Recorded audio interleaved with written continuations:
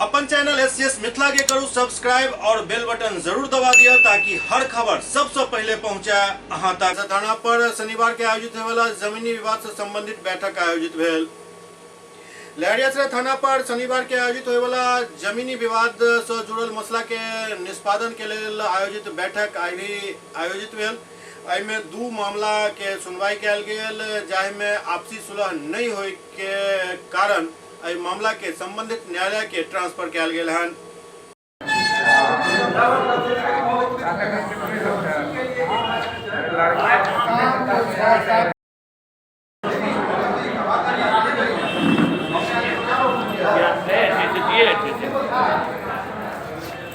जल्दी तैयारी है।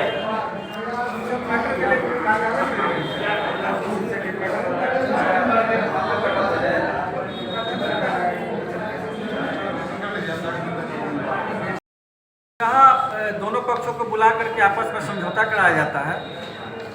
जो रैयती जमीन रहा या कोई सरकारी जमीन रहता है तो उसको नापी भी कराई जाती है, उस पर अतिक्रमण बाद भी चलाया जाता है।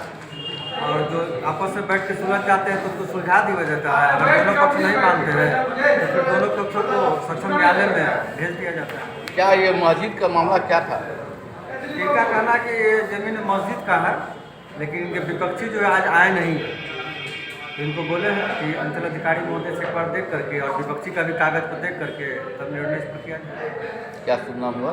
सुभाष कुमार चौधरी, राजस्व अधिकारी, सदर अंचल दरभंगा।